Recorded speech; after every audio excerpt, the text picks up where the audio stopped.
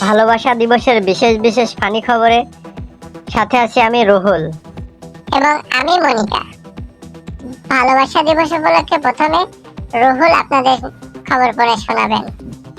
প্রিয় দর্শক, আজকের বিশেষ ভালোবাসা দিবসে আমাদের সাথে আছে মনিকা এবং আমরা নিয়ে এসেছি কিছু এমন ফানি খবর যা শুনে আপনার দিনটা আরো রঙিন হয়ে যাবে। অবশ্যই রুহুল, আজকের খবর শুরু করব এক নতুন ফ্যাশন ট্রেন্ড নিয়ে। জানা গেছে আজকে একাধিক প্রেমিকা তাদের প্রেমিকদের থেকে গোলাপ ফুল না পেয়ে প্লিজ পাবে না এমন গিফট না দেওয়ার দাবি করেছে। বিশেষ করে চকলেট আর টেডি বেয়ার চাই না, তাই শুধু অ্যামাজনের গিফট ভাউচার।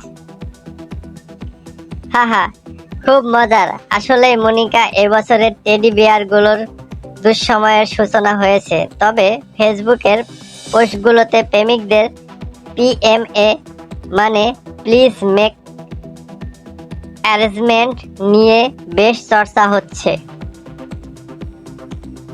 সেটাই।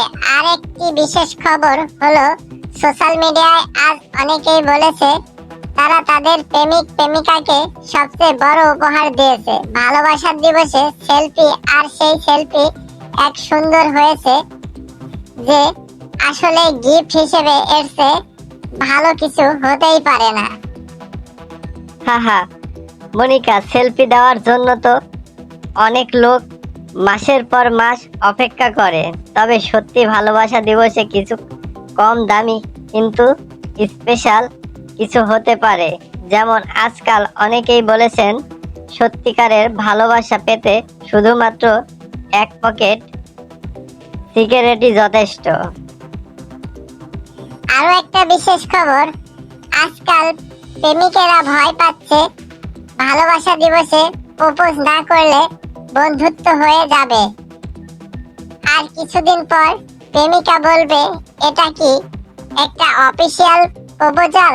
সুতরাং প্রেমিকেরা এখন জোরে বলছে আমি কি পারবো সারা পৃথিবীকে প্রেম দিব।